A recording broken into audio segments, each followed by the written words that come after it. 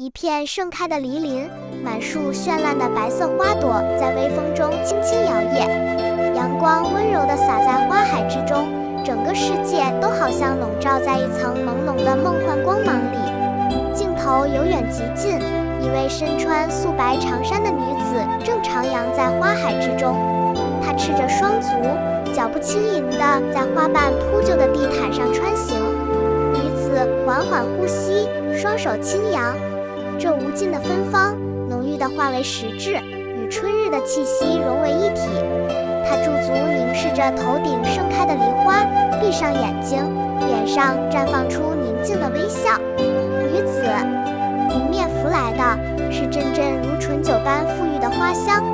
一朵梨花在她面前缓缓飘落，女子睁开眼睛，将花朵轻轻托在掌心。女子凝视花朵，点点芳翠，滋养我的心田。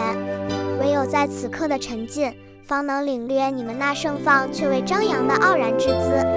她随意在花丛中徜徉，偶有几朵梨花飘落在她的发间肩头，她却浑然不觉，只是时而低头，用心倾听身边的花语世界。女子缓缓离开，临行前回首凝视，眼中的整个世界都已化作了绚烂芳华的画卷。